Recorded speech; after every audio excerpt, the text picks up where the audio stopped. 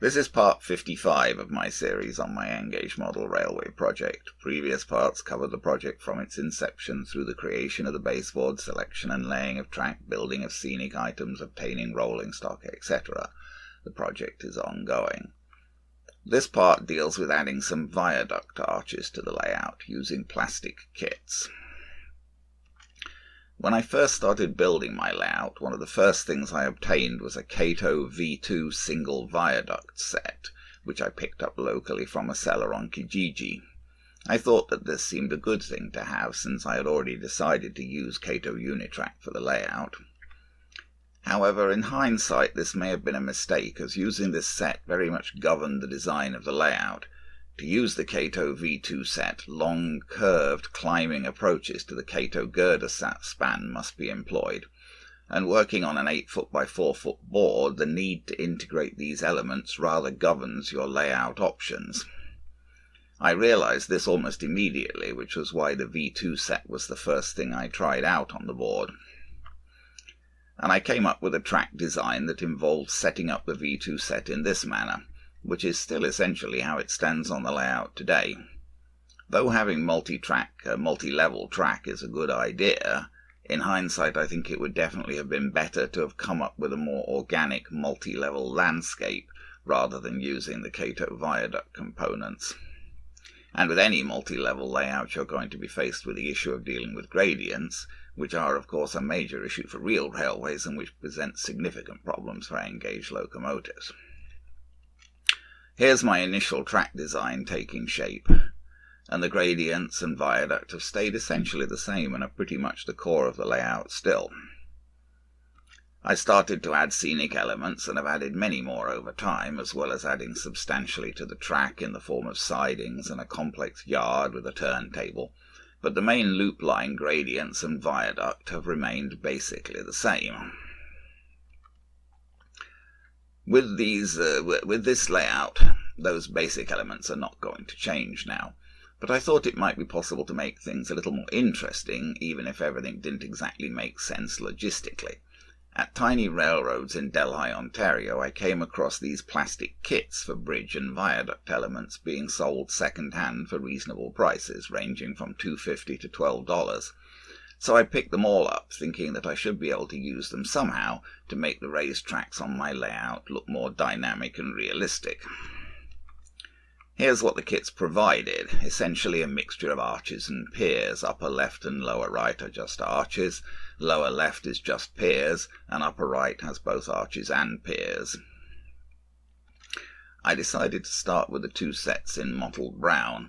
These seemed to match well, even though they were nominally from different manufacturers. The piers in one set seemed perfectly adapted to working with the arches in the other set. These were standard styrene construction sets assembled with liquid poly cement. First I put together the arches, resulting in a 4-arch span like this. I wasn't sure whether the provided track bed would be useful for working with my Kato elements or not. But when I tried these pieces against the Kato elements, I found that things seemed to work best if I fitted the brown track bed, and then sat the Kato track on top of that, so I put the track bed in place. Then I assembled one of the piers from the other set and tried it with the arches against my Kato track. Clearly, if I used the piers as they came, the Kato track was going to end up much higher than it currently was, and that was the last thing I wanted, as it would obviously have made the gradients on the layout more severe. So I determined that I needed to cut down the piers so that the arches and piers could be used whilst keeping the track at the same height. Actually, cutting down that first pier didn't work very well. It was hard to get the cut exactly level across the pier, so I decided to cut down the remaining pier pieces before assembling them into piers, and proceeded to do so. Here are all the remaining pier pieces cut down to the height I determined was needed, and here they are assembled into piers of the correct reduced height. The kits didn't really provide anything for finishing the ends. I guess maybe they were intended to integrate with other kits. I cut off the connecting hooks from the ends, and then used stonework I had cut from the pier pieces to finish off the ends. Not entirely elegant, but definitely better than just leaving a hole. I was now pretty much ready to assemble the piers and arches as they would go under the track. This was what was produced. The ends are still a bit odd, with full piers but only half arch ends, but I don't know quite what could have been done about that. Here's the initial fitting of that under the track. It doesn't really make a lot of sense, I admit, but I do think it improves the look of things. I had just removed one of the Cato piers and its fittings in order to place these arches. Although there's a certain silliness to just having some random stone arches here, I think it definitely is more interesting to see a train going over these as opposed to just going over the plain Cato track. A little while later, since I liked the first set of arches, I returned to the issue to see if I could use more of the kit materials. I still had the Atlas kit, which had materials for 4 arches complete with piers. I tried one of the Atlas arches by the road on the other side of the girder span from the Brown arches. I've already cut down the pier as I did for the Brown ones. In this case I'm not using the track bed from the Atlas kit, just resting the Cato pieces into the gap on top of the arches, as this seemed to work better with these. In front you can see the Cato pieces I removed, the pier and also other pieces from the end of the span so as to allow the track to sit flat on the arches. Having determined basically how these arches might be used and the height of the piers that would be required, I marked and cut down the rest of the pier pieces. This was frankly a rather tedious job. I did it with just a craft knife, as though it took multiple passes this was more accurate than using a saw or a Dremel. The larger pieces were of course even more tedious to cut through than the smaller ones. Once they were all cut to size, the cut down piers could be assembled, and I could start fitting the piers to the arches. I still wasn't sure at this point exactly how I was going to place these arches and whether I could use all 4 or just 2.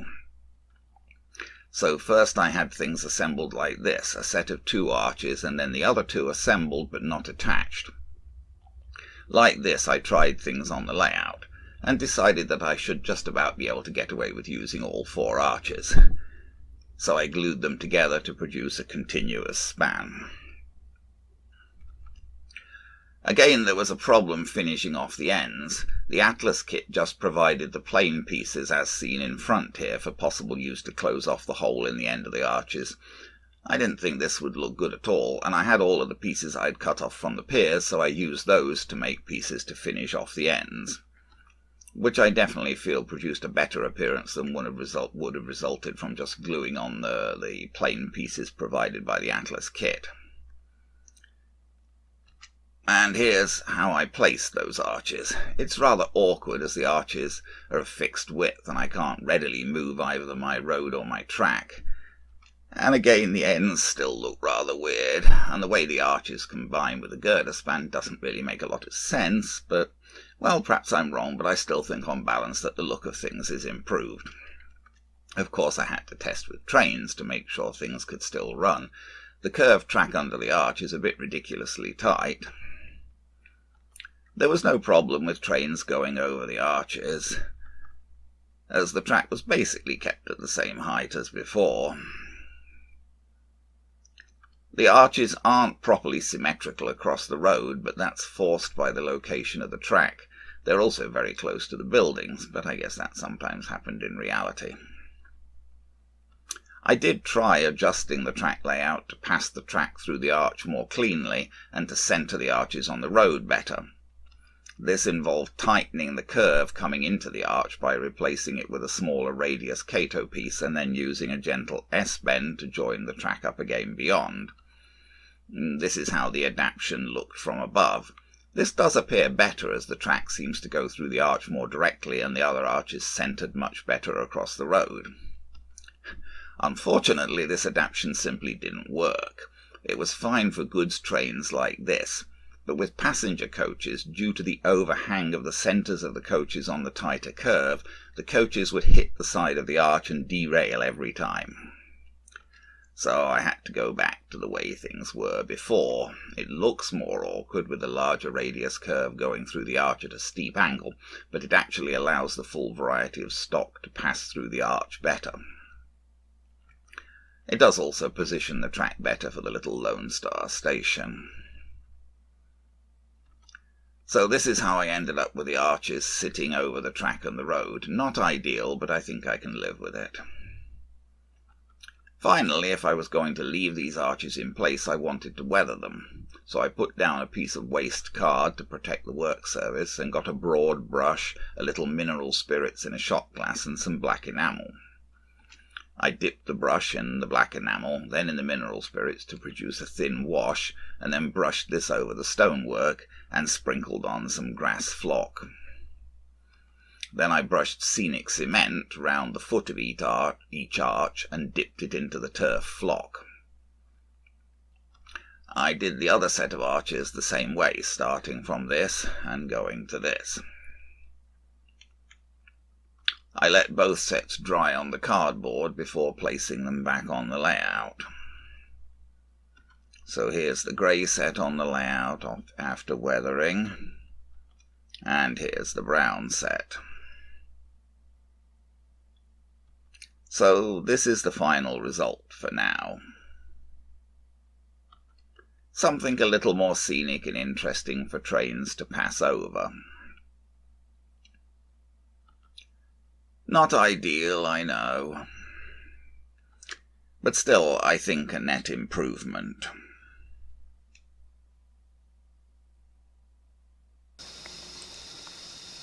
So let's just see if we can have a little look at trains going under and over these viaducts. Oops, went the wrong way.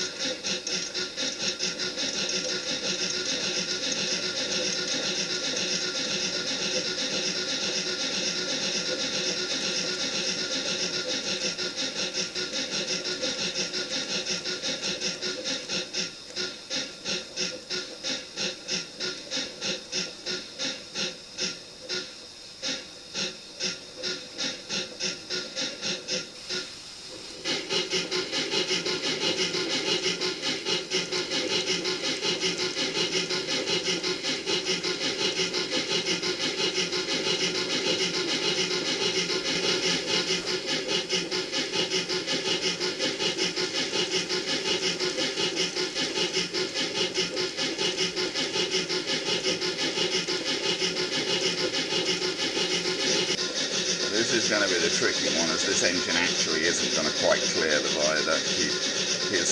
The bumper bar just catches the viaduct as he goes through.